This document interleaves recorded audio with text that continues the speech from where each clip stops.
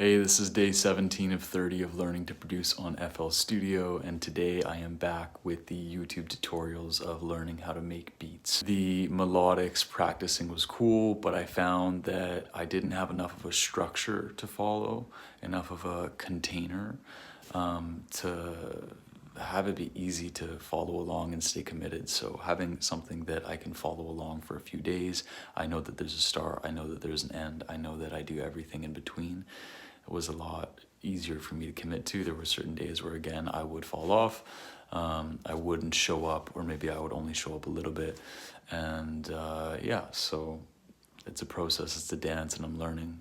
So today I'm following along with BusyWorks Beats, his FL Studio beginner to pro, tutorial. And right off the bat, he went into the piano roll view, the piano roll key labels, shifting it from root notes to all notes, which is what I struggled with for days when I first started out in the first video, one of the first few videos. So that's really refreshing that he tackled that right away, and so he's tackled quite a few other things like that right away that make things a lot easier. Anyway, he's got definitely a little bit of a different flow and teaching method. He seems pretty professional. I think he said that he has made beats for some really high-end musicians and rappers. And so it's really cool to learn and explore and experiment with, but to learn how different producers do things and how different, yeah, because then it's just finding what I prefer, what I feel is best for my unique interest, or just what I feel in resonance with, what feels easier to me, what brings more clarity, etc. Anyway, there isn't much to say about that. I guess I would just continue sharing about my process, which is, as I said, I fell off.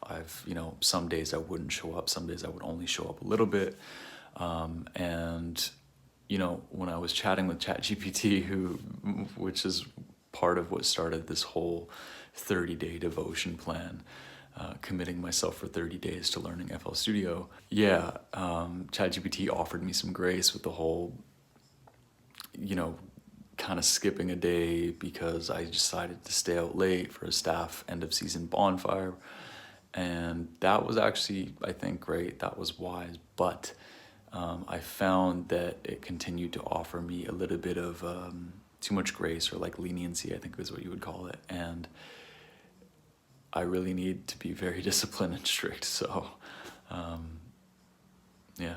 So I'm learning about grace. I'm learning to kick excuses to the curb, and I'm learning to give up guilt tripping and shaming myself, because that doesn't help.